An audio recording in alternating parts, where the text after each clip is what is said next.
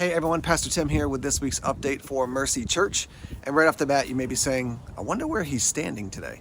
Well, I am literally right in front of the Stone Church. See, I told you. And that's Newmarket downtown behind me.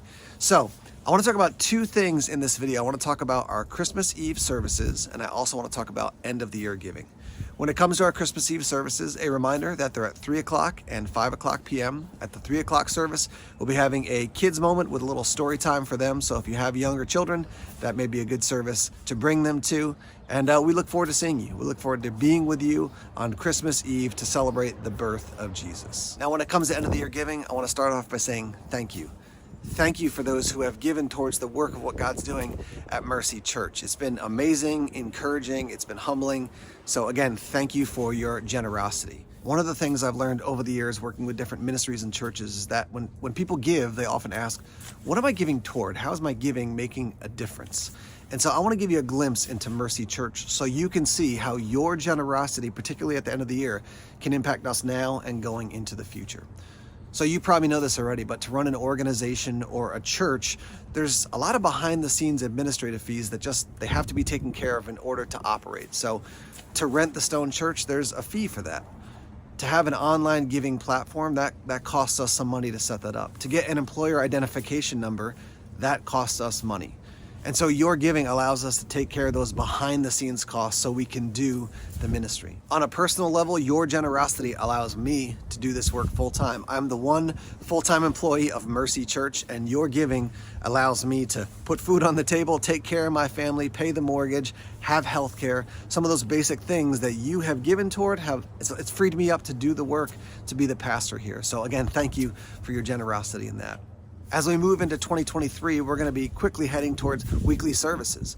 And so as we do that, that's going to be a weekly fee instead of just a monthly fee. But I want you to think about more than just the facility where we're meeting, but meeting on a regular basis to worship God through song, to engage with the scriptures, to be together with believers and to invite non-believers into our midst so they can hear about the gospel of Jesus, about God's love and pursuit of them, about God's forgiveness.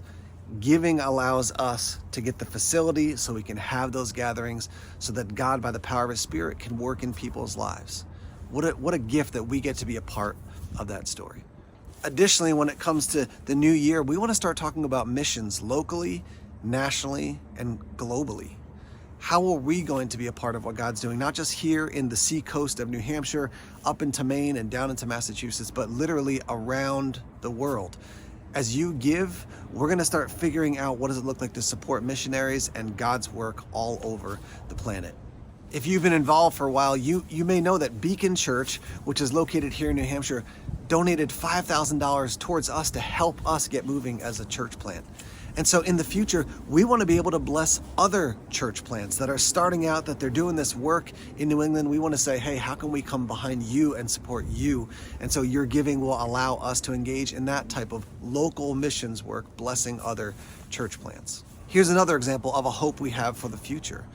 We want to partner with the local schools here. And so as needs come up, we want to be able to meet those needs. Imagine what it would look like to have the school reach out to us and say, hey, we have a family in need that needs coats or boots, maybe a kid who needs some sort of technology for school.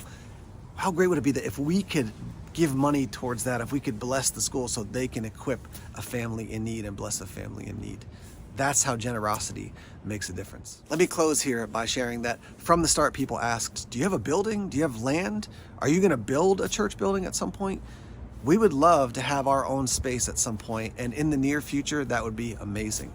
And so as we continue to grow and people continue to give, that conversation is already underway, and it will get more and more serious as the resources become available. We think it's important that in the future, we put a stake in the ground and we have space that says we are here, we're committed to this community, we're committed to this seacoast area, and we are here to stay. We're not just passing through. And so that's one of our dreams for the future. And again, the generosity of the Mercy Church congregation will allow that to happen.